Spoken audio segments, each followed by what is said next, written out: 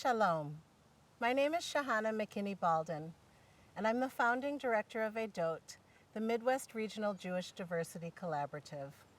We're recording this talk today in beautiful Madison, Wisconsin, USA, on Ho-Chunk land, on a summer's day in early August 2020. On the Jewish calendar, we're entering the second half of the month of Av, 5780, and we are in the 7 weeks of consolation period between Tisha B'Av and Rosh Hashanah, the Jewish New Year. This is the time of year that Jews around the world are turning our attention to the approaching high holidays, when we take stock of our behavior and do repentance or teshuvah, which literally means returning.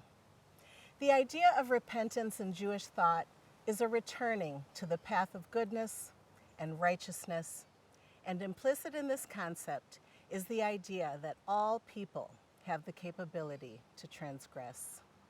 The Mishnah teaches that the great first century sage Elazar ben Azariah made a distinction between the two types of transgressions. The first type being ben adam lamakom, those transgressions which are between you and God. For this type of transgression, according to Elazar ben Azariah, one can achieve teshuvah by performing the Yom Kippur ritual. But for transgressions between a person and another person, ben adam lachavero, Elazar ben Azariah says that the Yom Kippur ritual does not suffice. Later teachers expounded on this idea, and today it is commonly accepted that for person-to-person transgressions, one must first go to the person they have harmed and get their forgiveness before they can ask God for atonement. I mentioned that we're filming this talk today here in my community in Wisconsin, as all of the speakers for this year's Avodah Speak Torah to Power series have done. The reason for this is that we're currently in the midst of the terrible COVID-19 pandemic, from which the entire world is reeling. But this isn't the only intensity we are experiencing this summer. The U.S. has been rocked by uprisings sparked by police violence against African Americans. And what's happening now is that the people are demanding a new reckoning with our country's continuing legacy of oppression, and in particular of anti-Black racism. Now, one of the key things to understand about racism is that we can perpetuate it without even knowing that we're doing so. You might be familiar with the term implicit bias and current brain research that shows that our implicit beliefs can run counter to our conscious beliefs without our even realizing that it's happening. So although managers are unlikely to think that white job applicants should be chosen over Black applicants, although professors may not be discerning that white students deserve more support than Black students, although physicians certainly don't reason that Black people feel less pain than white people, real-world race-based hurt continues, and it is widespread. Field studies show that white job applicants get about 50% more callbacks than Black applicants with the same resumes. College professors are 26% more likely to respond to a student's email when it's signed by Brad rather than Lamar. Physicians recommend less pain medication for Black patients than white patients with the same injuries. And despite our current president's recent statements to the contrary, according to researchers, there is no disputing the fact that in this country, Black people are killed by police at a higher rate than white people because we are perceived as being more of a threat. But furthermore, and this is important, racism isn't only about individual acts of hurt, discrimination, hatred, or violence that are committed by individual people against other individuals. All types of oppression and marginalization, racism, sexism, anti-Semitism, other forms of ethno-religious oppression, actually operate on individual, cultural, institutional, and systemic levels. And for systems, the racism is often baked in. Some systems don't even need consciously racist actors to explicitly believe or promote racial differences for racism to continue to exist in those systems. So what do the frames of the high holidays, Teshuvah, and the distinction between transgressions against God and transgressions against fellow humans have to do with ending racism? The obvious answer is that we shouldn't do racist things. And if we've done something racist that has hurt a specific individual, we should apologize to the person we've hurt and ask them for forgiveness and then ask God for atonement. But what if we don't know if we've been involved in perpetuating racism?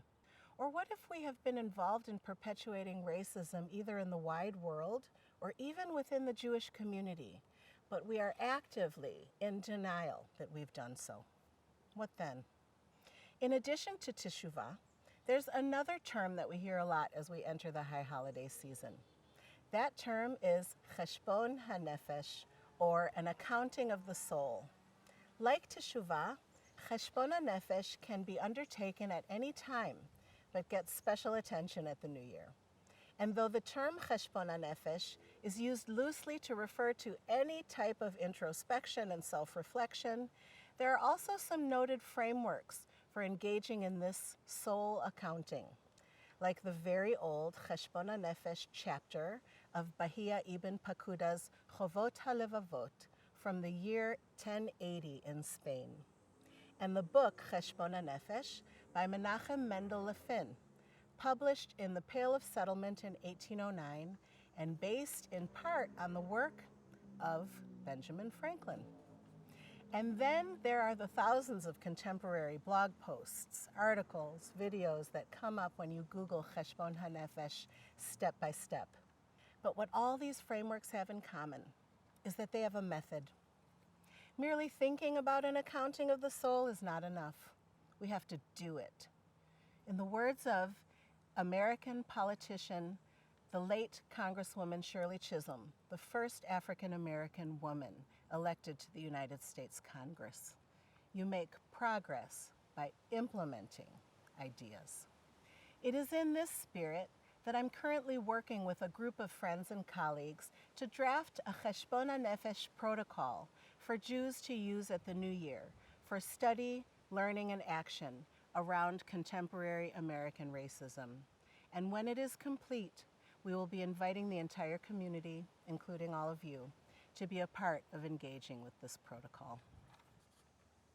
A few key ideas are emerging as we launch that work. First, the idea that there needs to be a method. And next, that there's a great body of current research on habit formation that we can use in our Musar work, our work on character refinement. You've probably heard of 21-day habit formation challenges.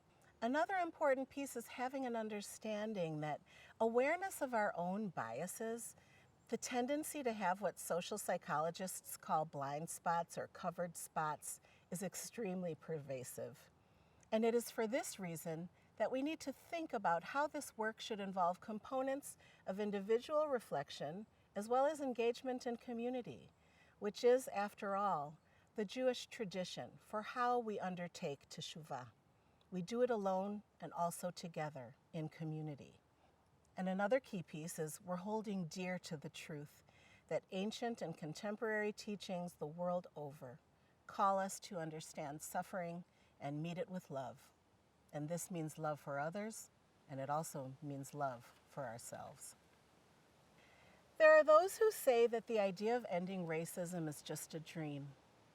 But in the words of the great American leader Harriet Tubman, every great dream begins with a dreamer. Always remember, you have within you the strength, the patience, and the passion to reach for the stars, to change the world.